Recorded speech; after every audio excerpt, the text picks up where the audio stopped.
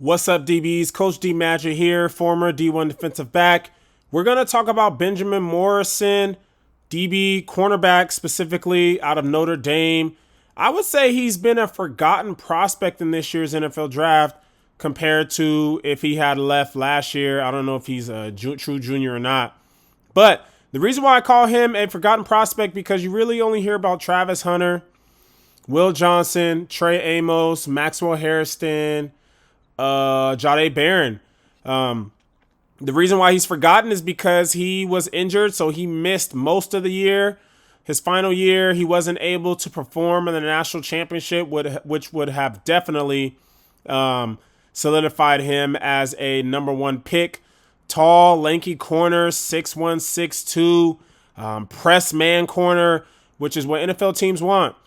Will Johnson was able to still kind of be a first rounder, even though he had injury. It was a toe injury. But Benjamin Morrison has kind of been forgotten. Long, lengthy corner who can press. So let's break down his film. Make sure you go grab the DB Mastery program, all right? DB Mastery program, because we're going to talk about leverage, okay? Leverage. We're going to talk about technique. We're going to talk about back shoulders. Everything we talk about is going to be in the DB Mastery program. Over 100 drills, guys. I'm not even kidding you. Speed and agility, slot man, press man, off man. Go to thedbnetwork.com. All right. And in that DB Mastery program, we're going to talk about dividers. So based on this footage, this tells me that he is a boundary corner. Usually you put your best corner, long corner. All right. It's not always the case, but a lot of times, if they're going to put their best receiver as that X one-on-one, we want our one-on-one matchup to be our boundary corner. And I've seen this hurt prospects because the hashes are a lot closer in the NFL, so there's not really a true boundary. So you get used to playing kind of in a phone booth here because you have the hashes to our advantage. And then when you go to the NFL, everything's wider, so everyone's a field corner. You don't really get to use leverage as much. Okay?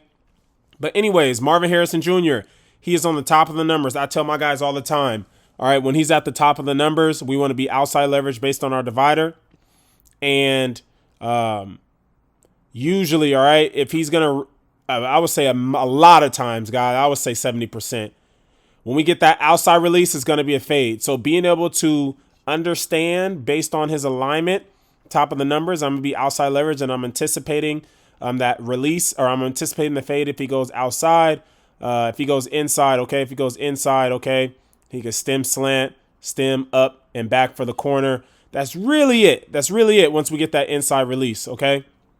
Obviously, he can run dig, he can run curl, but it's kind of the same. We're playing that from the upfield. We're playing those inside routes from, we could play a low hip, upfield shoulder, depending if it's man or quarters, whatever.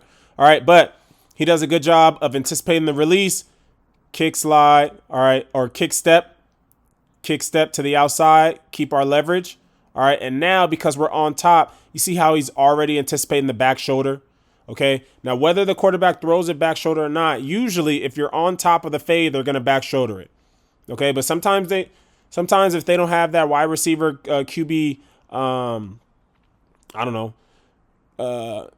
awareness or whatever, or relationship, he'll still throw it over the shoulder, but good job anticipating. Back shoulder, chest to chest, wide him to the sideline. This is something you guys can learn. Divider, where he is when he's on the field. Leverage, all right, we talk about the kick step. We talk about being on top, anticipating that back shoulder. Good job. We're in the boundary again. Top of the numbers, okay. Look at his leverage. I can tell his outside foot, or his outside of the receiver's outside foot. Slide.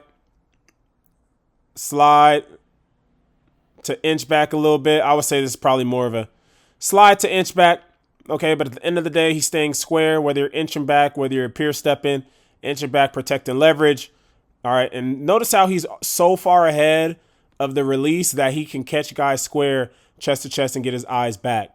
Again, when you're watching film, what do they do? Okay, when they're running, when you're in the boundary, when that receiver's in the boundary and he lines up on the top of the numbers, what routes are you getting?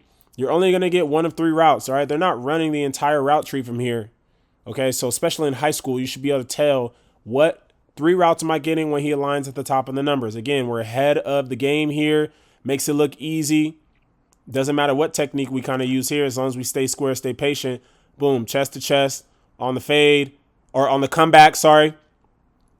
Doesn't even matter because we can tell what type of ball it's going to be. We can feel with our hands so we know where the receiver is. Okay, we're not in trouble on the fade. We get our eyes back.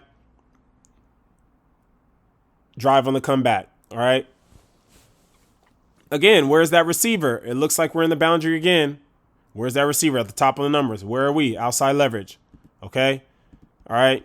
As soon as we get that, and he's so comfortable, as soon as we get that release, look, on top, our eyes are back early. I wouldn't suggest this. Keep your eyes on the receiver. Okay, but we're widening. All right. Widening. He's going to turn, play the ball this way, and the quarterback still throws the back shoulder. See what I'm saying? Like, it doesn't really matter where he turns, whether he's chest to chest or get his eyes back. If we're on top, most quarterbacks are going to back shoulder it. Good job. And he makes this look easy, guys. I'm telling you, you guys can make this look easy too if you go buy the DB Mastery program. I'm telling you how to scout receivers. Now, even though the ball is in the middle of the field, he cut his split down. So from here, we're still going to be outside leverage, right? And this is, yeah, we're going to be outside leverage. But now we got to be aware of like deep overs and things like that. So be aware of that. I remember I was practicing with some kids and I'm watching film with them. And every time they cut that split down and they had the running back who was cheated out wide, you see how he's pretty much on the tackle. They were bringing the routes in. They were running shallow and then trying to ISO the back up the seam, or up the field versus the linebacker. But we're not. This isn't that, okay? So he's actually the slot receiver now, okay? Outside leverage. All right. Sorry if you guys hear any motorcycles. People are racing in my neighborhood. All right. Step, kick step, stay on top. Outside step, kick step, stay on top. Now, once that receiver starts to work outside, okay, once he works back outside, now we're a low hit player, okay, because you'll get the feel of this, but if he's trying to go vertical on a slot fade, this ain't it, all right? He doesn't have time to fake outside, go inside, and then work back outside, all right? So now, kick step, stay on top, all right? Now we're a low hit player. So if he works back inside, we could play the dig.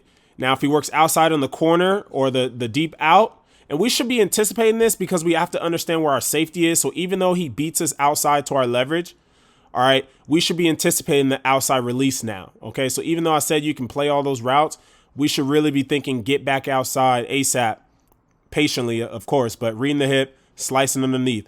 All right, and I love that when he's driving, he doesn't get his eyes back to the ball until he closes that space. Just good patience again. Good technique, good patience from Press. I don't see how he's not a first-round talent if he doesn't get hurt. All right, now we're at the top of the numbers, okay? Or the bottom of the numbers. In the boundary again, boundary corner, okay? We go with, we're outside leverage still. And some coaches, I mean, a lot of coaches want you to play outside leverage regardless in the boundary. But anyways, so outside leverage again. Tight inch back here, inside release. We stay on top of the high shoulder, or we stay on top of the shoulder, or we stay on top. I'm sorry. Okay, on top to low hip, on top to low hip. Good eye discipline here. He breaks away. Good job closing that distance. Good eyes. If we peek, he's probably gonna beat us back outside. Now, once he works back to the corner, all right, we can close space, widen that hip. All right, and this is just, guys, this is just discipline. It's good technique, but at the end of the day, it's discipline. Some guys panic when they're out of phase. All right, now we're outside leverage. I swear I didn't mean it to be this way. Outside leverage, near foot's up. You got to be ready for a crack and replace, or for him to go across right away. We go across right away. Look how we stay lateral with our first step. Step, replace. Boom, we get hands on. No separation on the shallow route, which is incredibly hard to do for most DBs. But again, anticipation, all right, and anticipation and technique will help you play tight coverage. Solid corner prospect. They project him as a second rounder right now. All right, because of the injury in the slot, but we're still in the boundary. Okay, we're outside leverage. Kick slide. Okay. Good job protecting his leverage. Kick slide, because if we get anything inside, we're funneling that to our middle field safety. Good discipline here. Good job understanding the why behind the technique. That's what you guys can do as well. Gets his head around, shuts down the slot fade. All right, so very impressed by him, man. Very impressed by him. And we'll end it here. Okay, we get that near split again. We're in the boundary. He's probably like +2 on the top of the numbers. All right, by this point, like I said, be ready for him to crack down. Be ready for him to try to work across, especially if the ball's on the boundary and he cut his split down. Remember, on this play, I think it was it was one of these plays.